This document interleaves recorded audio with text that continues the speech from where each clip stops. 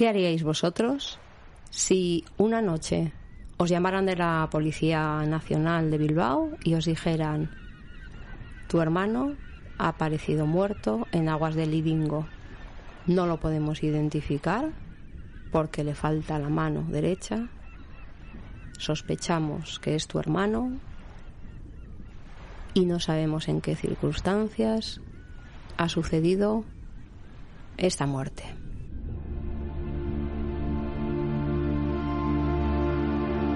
Hola de nuevo a todas y a todos los que nos escucháis. En este podcast vamos a hablar del misterio del hombre sin corazón.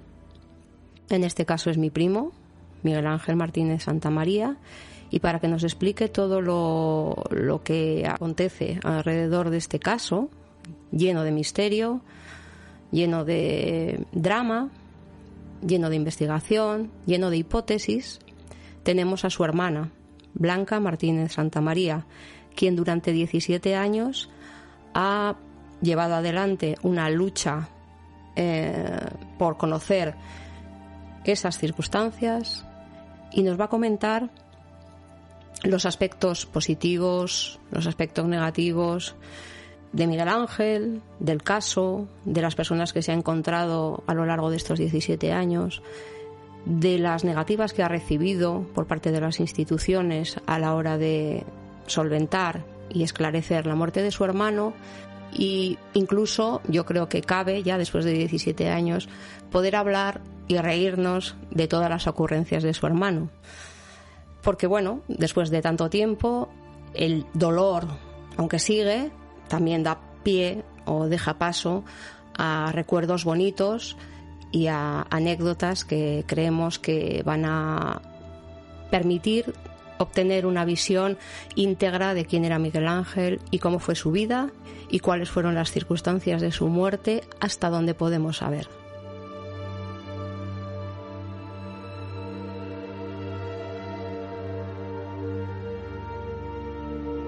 Buenos días, Blanca. Buenos días, Eli.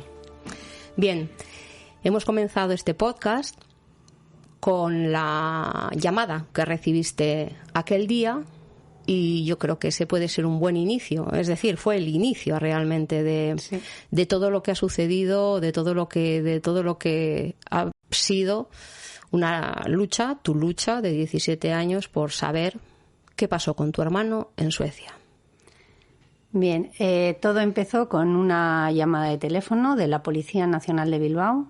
Yo acababa de duchar a mis mellizos, que en ese momento no tenían ni 2 años, y cuando recibí la llamada de teléfono en la que se me dijo: eres Blanca, acabamos de llamar a tu madre y se ha puesto nerviosa y nos ha dicho que te llamemos, y era para informarte que apareció un cadáver flotando en aguas del Lidingo, en Estocolmo, y que está en avanzado estado de descomposición, pero que tenía en el bolsillo del pantalón la fotocopia del carnet de identidad de tu hermano Miguel Ángel. Perdona, Blanca, ya la primera idea que me surge es cómo un cadáver que está flotando en el agua tiene un carnet de identidad, una fotocopia de un carnet de identidad donde es decir, el cuerpo está en avanzado estado de descomposición, pero una fotocopia, un papel, sobrevive, digamos, a horas o días de humedad, de agua. Bueno, pues ese es el primer misterio de este caso. Es cómo nos informan de que hay un cadáver en avanzado estado de descomposición que ha permanecido mucho tiempo en el agua, incluso la policía hablaba de 1 mes y medio, y una fotocopia, no un DNI, es una fotocopia intacta del DNI de mi hermano. Y otra de las cosas que es otro misterio es que casualmente ese carnet de identidad estaba caducado 2 años antes. Por lo tanto, es incomprensible que alguien lleve una fotocopia de su DNI de hacía 2 años y no el que estaba en vigor en ese momento.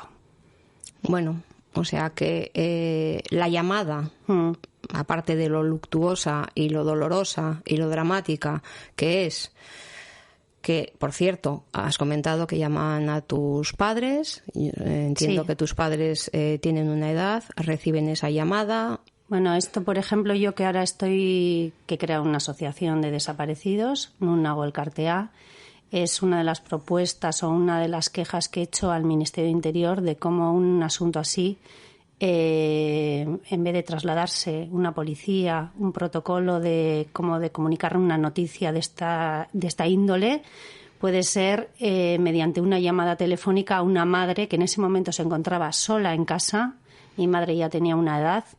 Y el policía, cuando me llama, me dice que mi madre se ha puesto nerviosa. Y yo lo que hago es colgarle el teléfono y venir corriendo donde mi madre, porque pensé que a mi madre le había pasado algo.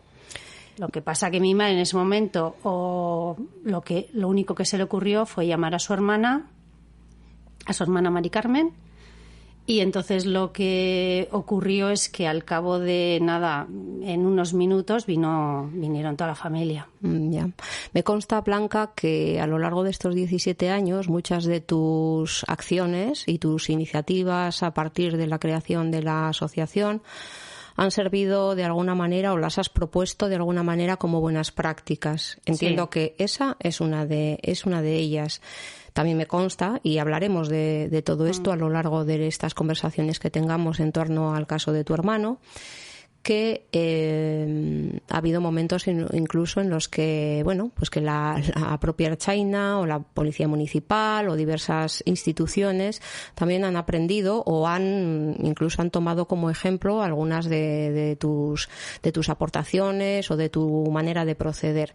A ese tema le podríamos dar otro momento en estos podcasts, pero vamos a seguir ahora con la cuestión del carnet de identidad, que es muy curiosa, ¿no? Es decir, como comentabas anteriormente, tu hermano aparece en estado de descomposición, en avanzada descomposición, por haber estado en el agua. Hay una fotocopia de un DNI caducado con el que una persona en el extranjero difícilmente va a poder hacer ninguna gestión, porque ese documento probablemente no es válido y eso le va a impedir hacer gestiones. Y misteriosamente aparece en un bolsillo y es lo que permite identificar a tu hermano. ¿Qué explicación te dan a ese misterio? Pues la explicación todavía es más rocambolesca. Entonces, lo que me dicen cuando vamos a la comisaría de Bilbao es que mi hermano estaba indocumentado el día. O sea, esto todo ocurrió que el cadáver apareció un 22 de septiembre del 2005. Y para que te hagas una idea, la llamada fue el 29 de septiembre, 7 días después. En 7 días no consideraron la policía sueca que nosotros teníamos que tener esa información. En la fotocopia esa se leía perfectamente nombre, apellidos, España, incluso la dirección de mi hermano. Algo difícil de creer. Otro protocolo que desde luego hay que mejorarlo y desde luego creo que se ha incumplido. Porque primeramente la policía sueca tenía que haber informado de estos hechos al Consulado de España en Estocolmo o a la Embajada. Ese es el protocolo. Bueno, pues primera cosa que incumplió la policía sueca es que no informó al consulado ni a la embajada. Segundo, la policía de España tuvo conocimiento de los hechos una mañana del día 27.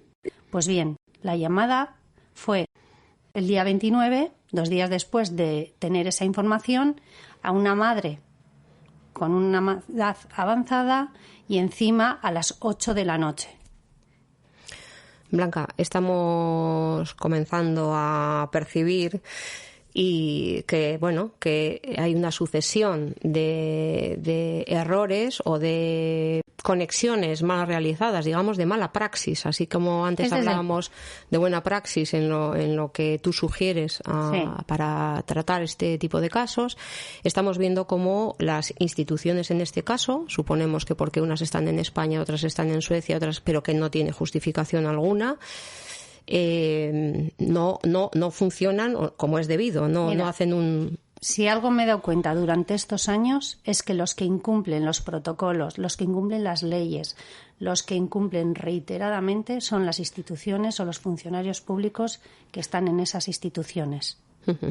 Y los que nosotros, la ciudadanía, nos tenemos que proteger de estas irregularidades, de estas incompetencias, de estos malos protocolos o mal incumplimiento de un protocolo ya establecido.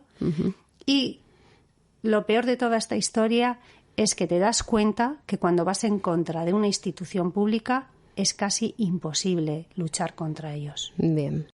Sí, a eso me refería, que yo creo que hay una parte interesante en la que se puede hablar, hay una parte interesante en todos estos 17 años que puede dedicarse perfectamente a bueno, pues eso, a la función, a las competencias, al cómo han funcionado las instituciones y los organismos públicos en el caso de Miguel Ángel y contigo, sí, en el sentido de que al final has pasado por un sinnúmero de instancias, de personas, de autoridades, de técnicos, de técnicas, etcétera, y bueno, pues las respuestas no han sido nunca satisfactorias ni ha habido una implicación. Pero a mí me gustaría volver un poco a esa parte más humana, más relacionada con la familia. En este caso hemos hablado de tus padres, hemos hablado de que tú recibes esa llamada y lo primero que haces es acudir donde tus padres, que es lo lógico. Has comentado que llamas a la familia y que, bueno, pues ante un caso así os acercáis todos a la comisaría de Bilbao.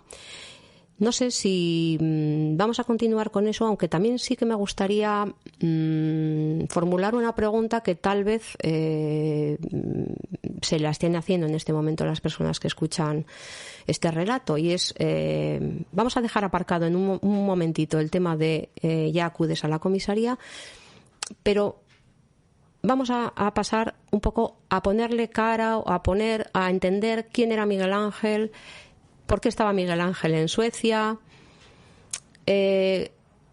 a ponerle un poco de rostro a todo este misterio. Entonces, Blanca, tu hermano, ¿quién era?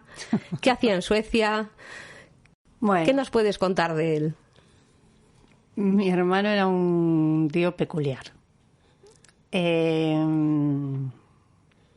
Tú le conoces igual que yo. Sí. Bueno, le conocías igual que yo. Y la verdad que sí que es cierto que hoy en día pues me sale una sonrisa. A mí también, y de hecho cuando te lo he preguntado me estaba riendo, pues porque sí, yo creo que no podemos nombrar a Miguel Ángel sin esbozar una sonrisa, ¿no? Acordándonos de sus peculiaridades, como tú dices. Exactamente. Sí, tenía unas cosas, bueno, pues era un tío gracioso. Sí. En casa con nosotros pues era de una forma más agria, más ácida igual, ¿no? Pero luego en la calle era pues un tipo, pues yo creo que excepcional. En la calle excepcional. Era una persona que ayudaba mucho a la gente, sobre todo gente vulnerable. Entonces, como anécdota te contaré que en mi casa ha dormido gente y ha vivido gente aquí con nosotros, pues de todo tipo. Desde un inglés que ha pasado por todas las casas de toda la familia. Me consta.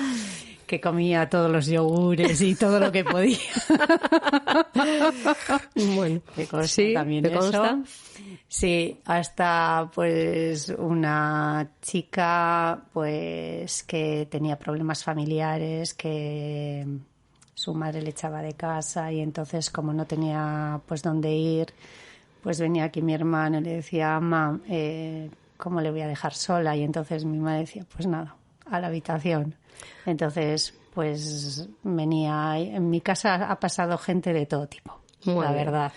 Hombre, ciertamente yo creo que tu hermano tenía una sensibilidad especial porque él también, es decir, hacia claro, personas vulnerables, porque él era vulnerable, se sentía vulnerable, ¿no? Y sin embargo, como le conocemos como familia, también sabemos que fue una persona con mucha iniciativa y también muy valiente en otros sentidos, porque era una persona que viajaba sola, que se animaba a irse lejos, Sí. a explorar el mundo, que le gustaba viajar, le gustaba vivir un poco, pues eso. Mira, mi hermano con 22 años o 23 le diagnosticaron esquizofrenia. Y en Uribe Costa, que es el centro de salud que tenemos aquí en Algorta, le ponían de ejemplo porque había sido capaz de irse a vivir a Londres, a trabajar en un centro, en un hospital, en uno de los mejores hospitales de Londres, de celador. Era un tío que le gustaba muchísimo viajar. Era una persona que se podía arreglar la vida. Sí que es cierto que tenía momentos de vulnerabilidad y momentos en los que necesitaba ayuda, pero que en la mayoría, o sea, el 95% de su situación, era capaz de él solventar su vida. Él tenía su cuenta bancaria en ese momento en la BBK en Cuchabán, se organizaba su dinero, él cobraba una pensión por su enfermedad. Y él era capaz de ahorrar, no se gastaba el dinero a lo tonto, o sea, se organizaba muy bien el dinero y era una persona, yo creo que, pues muy capaz. Lo que sí es cierto que tenía momentos que necesitaba, pues igual ingresar en un centro o lo que sea porque se encontraba, pues peor. Y nosotros como familia, pues había momentos de tensión porque en mi casa lo que hacían mis padres es decirle, pues tienes que tomar la medicación, tienes que comportarte, tienes que ir al psiquiatra, Entonces, pues bueno. Bueno, yo creo que tu hermano era una persona con un diagnóstico que a priori a las personas que nos escuchan puede parecer que es un diagnóstico muy grave o se puede pensar porque, bueno, pues a veces la prensa ha asociado ese diagnóstico de esquizofrenia con cuestiones delictivas, en fin, no lo ha tratado como una enfermedad común, como tener una depresión, bueno, no común, quiero decir. Esquizofrenia suena, tiene otras connotaciones diferentes. Y un momento, a te voy a depresión. hacer un paréntesis, que en ese momento, hace 40 y tantos años, todo el mundo que tenía un problema que incluso podría ser de ansiedad era diagnosticado como esquizofrenia, es que no había más. O sea, era en un momento que todo era esquizofrenia. Bueno, lo cierto es que hace 40 años o hace 20 años tampoco, ni siquiera había la sensibilidad que hay hoy por la enfermedad mental. Claro. Ciertamente. Pero bien, Miguel Ángel tenía esquizofrenia, pero sí que es cierto que con mi bagaje profesional al menos yo puedo afirmar que era una persona muy funcional, es decir, que tenía periodos muy largos en los que funcionaba de forma muy autónoma, tomando decisiones muy sensatas, con una capacidad de estructurar una red social a su alrededor, etcétera, ¿no? O sea, que era una esquizofrenia un tanto atípica o por lo menos en un grado en el que muy capacitante, quiero decir. Para que se hagan una idea, estuvo trabajando de celador 2 años seguidos, o sea, en Londres, en un hospital, y el que se dio de baja fue él, o sea, nadie le echó, y es más, es que yo creo que nadie intuyó que tenía una enfermedad. O sea, yo creo que actuaba totalmente normal y entonces nadie pensó que tenía. Y cuando él cesó, tenemos una carta de su manager diciendo que en cualquier momento él podría volver porque tenía su puesto de trabajo. O sea que el comportamiento de mi hermano en ese hospital había sido excepcional. Sí, me acuerdo que tu padre fue además al hospital y percibió todo el cariño que se le tenía a tu hermano en aquel hospital. Sí, quiero contar una anécdota. Sí, cuenta. Sí, mira. En una ocasión mi hermano estaba allí, en el hospital se trataban enfermedades de cáncer infantil, no sé si de adulto, y un empresario español de embutidos, muy importante español, le llamó a mi madre. Y entonces le dijo que su hija, que era una niña, estaba en ese hospital y que quería agradecerle de qué hijo tenía. y que le parecía que se estaba portando tanto como en su hija como con ellos excepcionalmente, y que querían trasladarle a la hija a España, y entonces que mi hermano había puesto, bueno, le había dado pautas para cómo trasladarle y todo, y para mi madre aquello fue muy importante. Claro. O sea, el que le dijesen sí. Sin embargo, yo entiendo que, como toda enfermedad mental, hay momentos de crisis y momentos en los que las personas están mejor, y yo creo que en el caso de tu hermano, en los momentos en que tu hermano estaba bien, era, como hemos dicho, funcional absolutamente, y cada vez que tenía que tomar la medicación, para él era un síntoma de dependencia, de no autonomía. Y se rebelaba mucho contra esa situación. Y yo creo que en su caso, viajar era una demostración de superación, de autonomía, de independencia, de no necesitar a Mira, yo me acuerdo que cuando fue por primera vez a Londres, que él, bueno, fue igual con 30 años o así, fue a Londres, me dijo: Blanca, Londres es el cielo. Y yo le pregunté: ¿y por qué dices eso? Porque nadie me mira, nadie me juzga, o sea, por primera vez me he encontrado libre, soy libre. Por eso él tenía claro que cuando él muriese quería ser enterrado en Londres, porque era donde había sido feliz en Londres, y la sensación que él tenía era de libertad. O sea, de no estigma. De no estigma. Eso es. Exactamente era eso. De no estigma.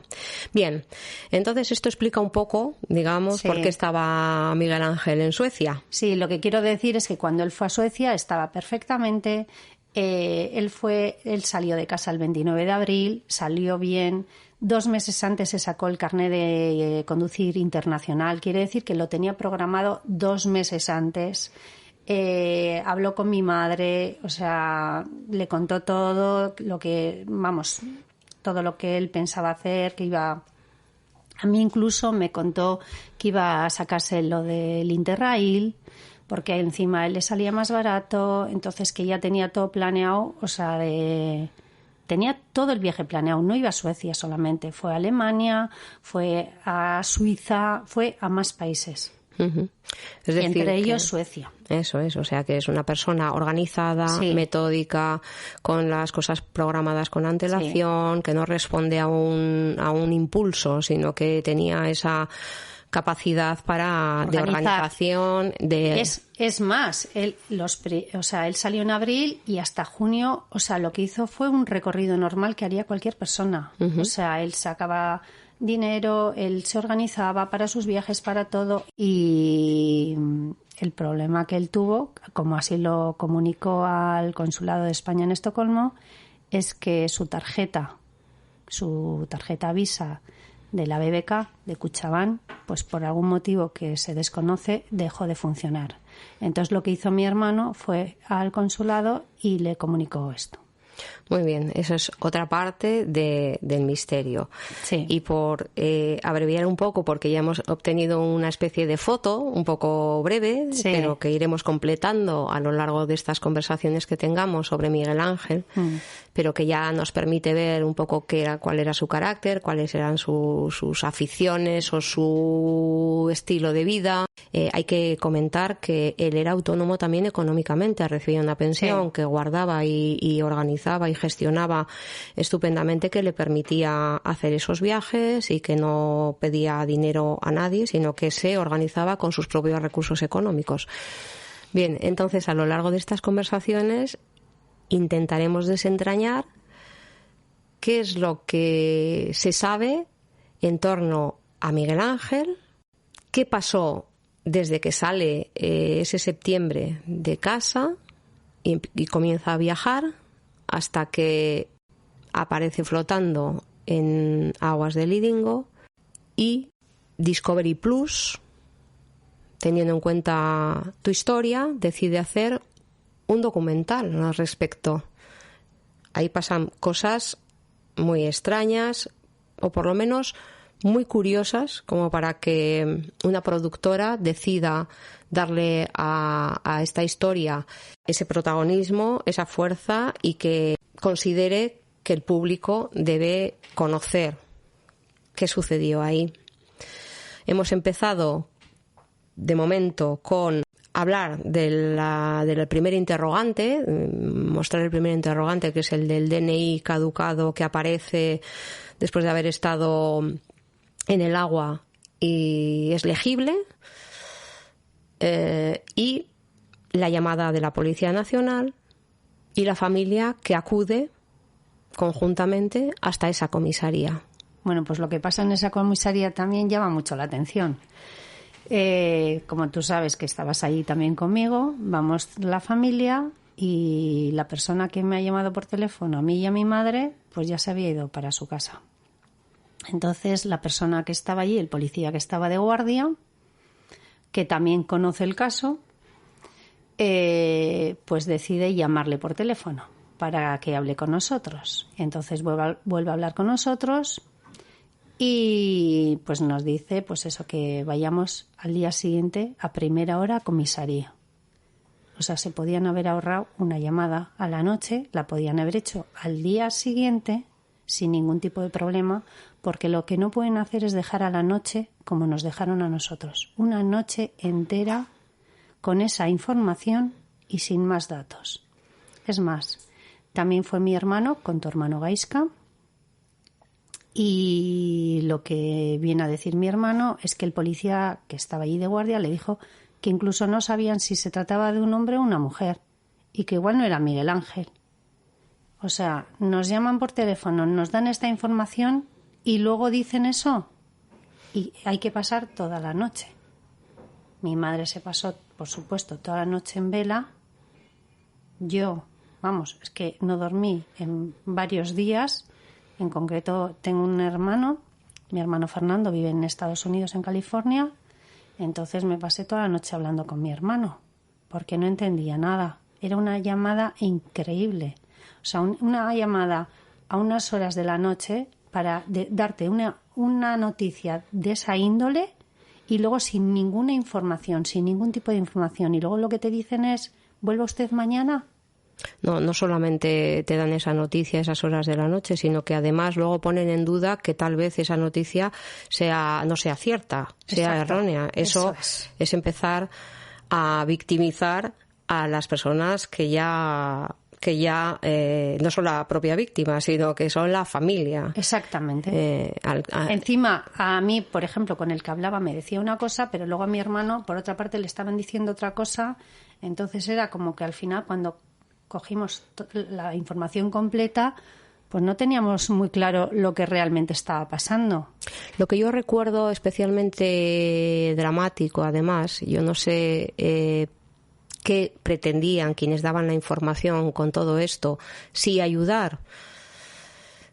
Quiero pensar que ayudar, pero sin embargo no tuvieron en cuenta que lo único que hacían era añadir más dramatismo y más horror a la noticia, sí. Porque de repente venía alguien y decía que tu hermano no estaba reconocible porque lo habían comido los peces, que carecía de mano, eso es. que no tenía pie.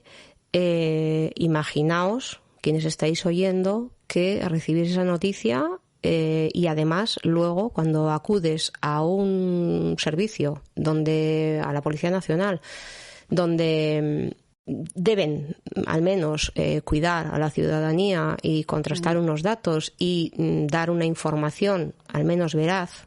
Mira, yo no tengo para olvidar. Detallada. Mira, al día siguiente fui yo con mi vecina Ikerne, que nosotros antes vivíamos en Sondica y eran mis vecinos casi familia. Entonces, como ella había trabajado en ese departamento, entonces me acompañó porque conocía a la gente de esa oficina. Y recuerdo que fuimos allí y nos dejaron leer el fax que habían recibido de Suecia.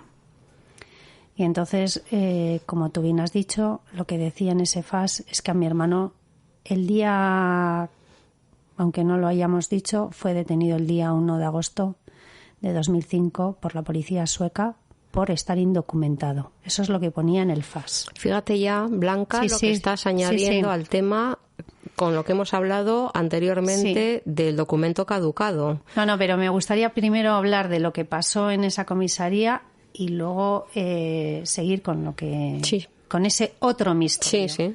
Entonces nos dejaron leer el FAS tanto a mi vecina como a mí, que eran un FAS como de 10 hojas. En las 7 primeras hablaba de una detención. Las 7 primeras hojas hablaba de una detención y las 3 últimas hablaba de la muerte. O sea, era algo como... extraño, por lo menos. Súper extraño, incluso para la misma policía española, que decían que jamás habían visto eso. Entonces, yo cuando leo que a mi hermano le faltaba la mano, pues me mareé en comisaría.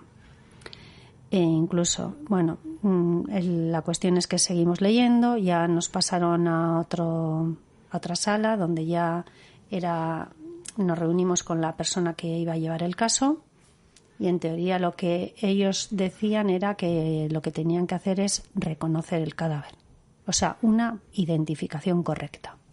Bien, entonces estamos hablando de que el día 29, cuando nos llaman por teléfono, o sea, yo estoy hablando del día 30, que era viernes, y el día 29, la policía sueca, cuando la policía de España les manda la copia de la huella del índice derecho, que era la que mi hermano había usado en su carnet de identidad, lo que viene a responder la policía de Suecia es que esa huella no se puede utilizar porque está descompuesta la mano y que únicamente se puede identificar el cadáver por la huella del dedo índice izquierdo.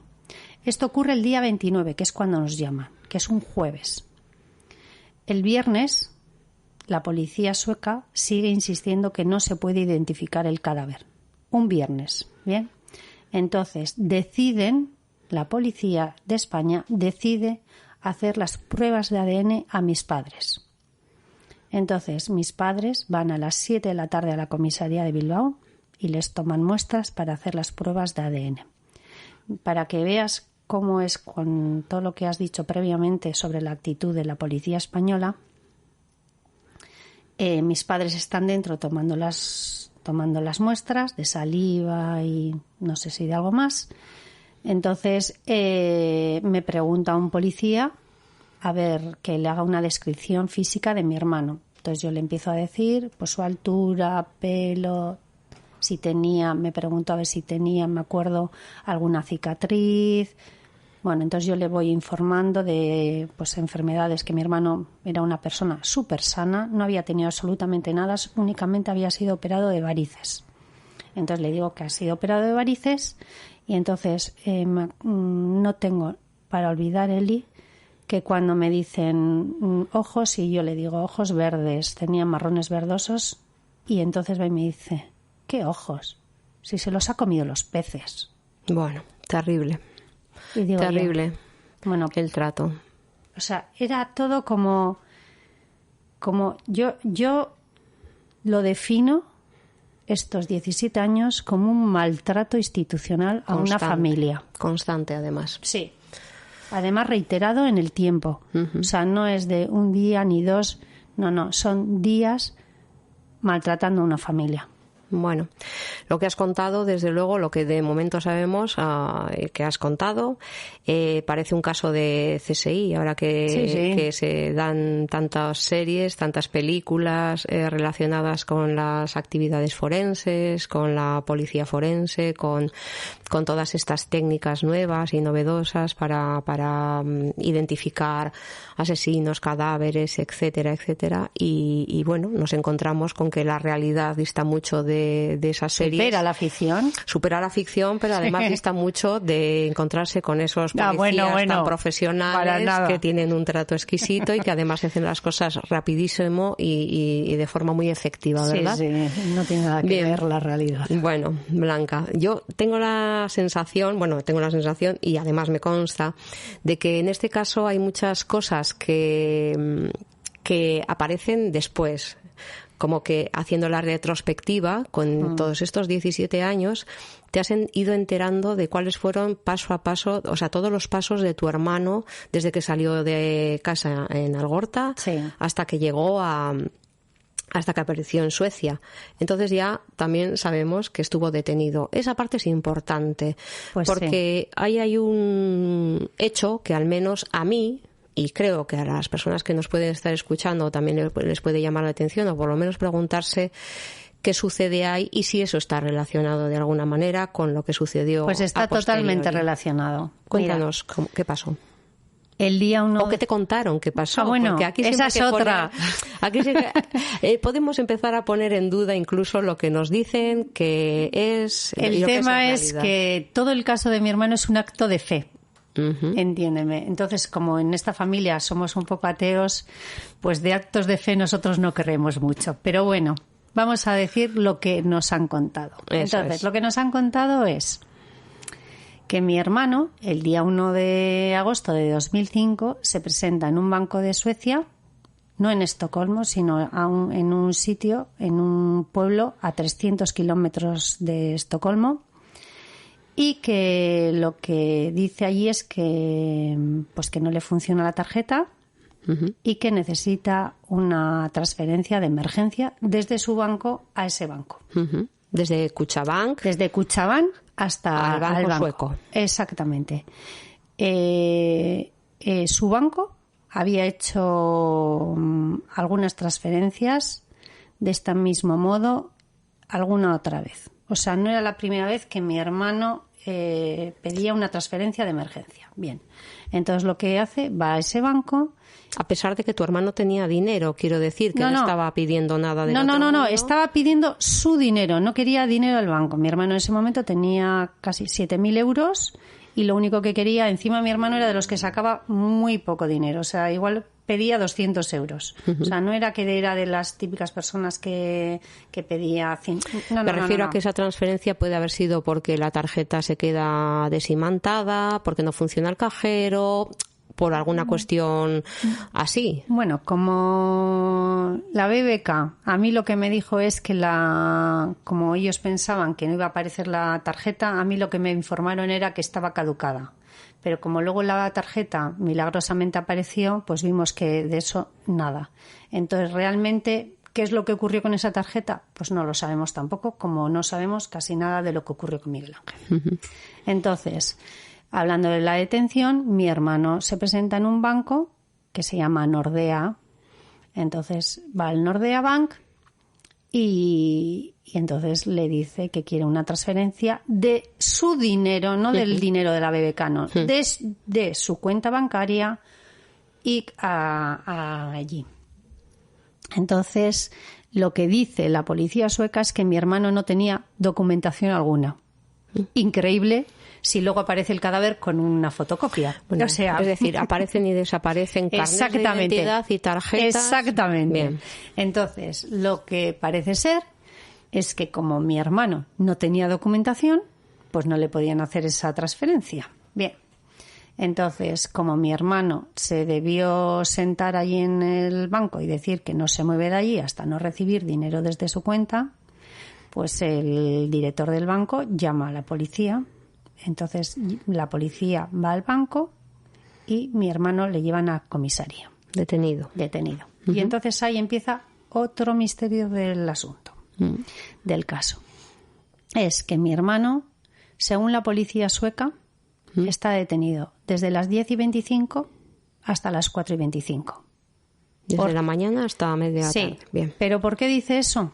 Porque, según la legislación de Suecia, únicamente puede estar detenido 6 horas. Porque si pasan de esas 6 horas, tiene que llamar al consulado o tienen que llamar a un abogado o lo que sea. Claro, aquí todo se complica al tener que comprender de alguna manera las legislaciones diferentes. Las legislaciones diferentes, las costumbres de dos países, el idioma, las traducciones, los horarios y dos culturas y dos estilos de vida diferentes. Totalmente diferentes. Entonces, te has hecho una experta, en cualquier caso, en la legislación española y sueca. La verdad que sí. Bien. La verdad que sí. Entonces, sale al cabo de 6 horas. Sale al cabo de 6 horas. Bien. Pues, ¿qué pasa? ¿Cuál es el misterio?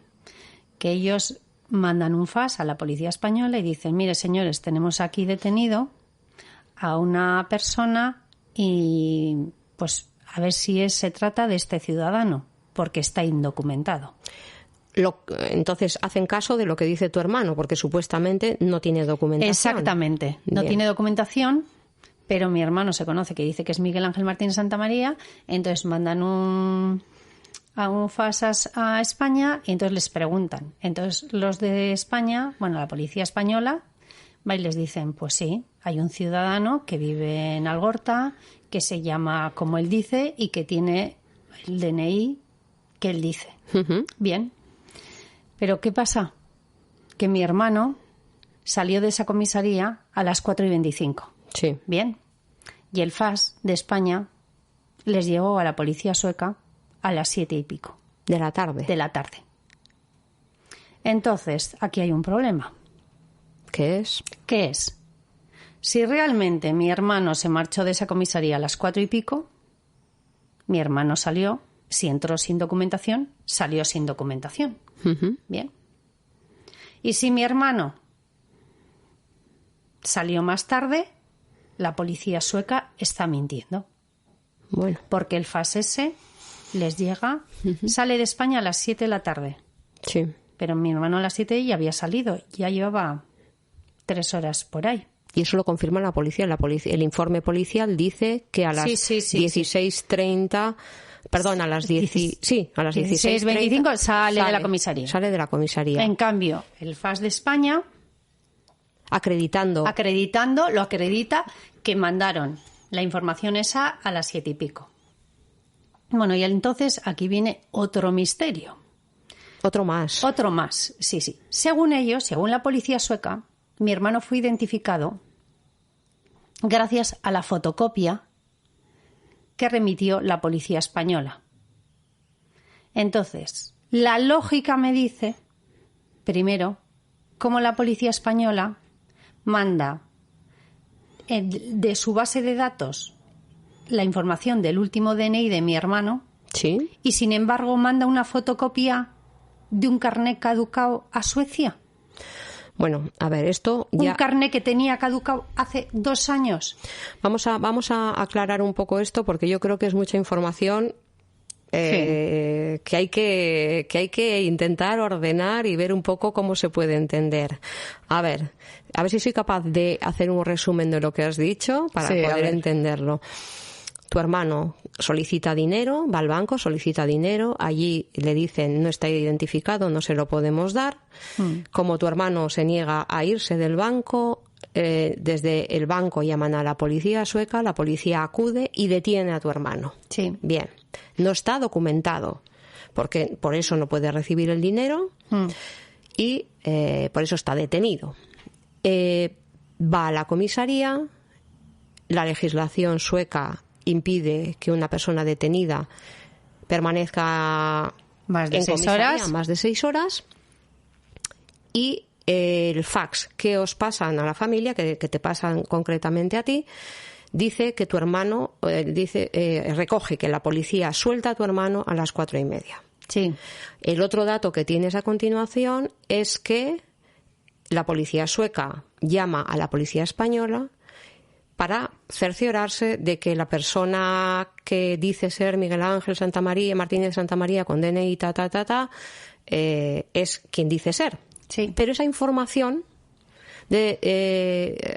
confirmando que él es él llega a la policía sueca horas después de que tu hermano saliera de allí. Exactamente. Bien, aquí entonces el misterio está en cómo es posible que tu hermano, si sale de allí, aparezca muerto con una documentación caducada. Pero es que no es eso, es con el mismo DNI que la propia policía sueca dice que mandó la policía, o sea, la fotocopia que dicen ellos que mandó la policía española es idéntica a la que aparece en el cadáver.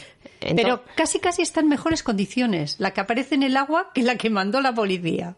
Y es idéntica, es copia idéntica. Entonces la policía española manda a la sueca la fotocopia de un carnet caducado también. Sí, 2 años, imagínate. Bien.